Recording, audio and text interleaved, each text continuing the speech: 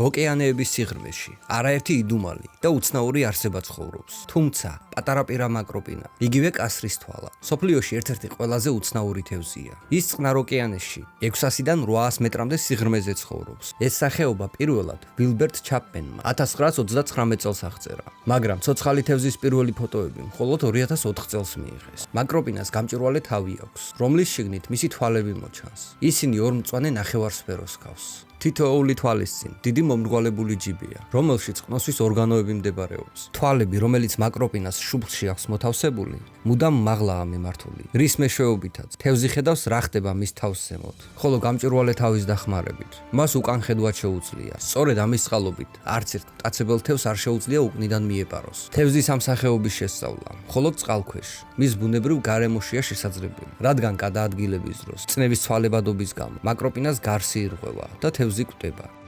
მეგობრებო, გთავაზობთ სარეკლამო სივრცეს ჩვენ ვიდეოებში. ასევე ვეძებთ სპონსორს. თუ თქვენ სურვილი გაქვთ, მხარი დაუჭიროთ გვერდს. კონტენტის ხარისხის გასაუმჯობესებლად რეკვიზიტები აღწერაშია.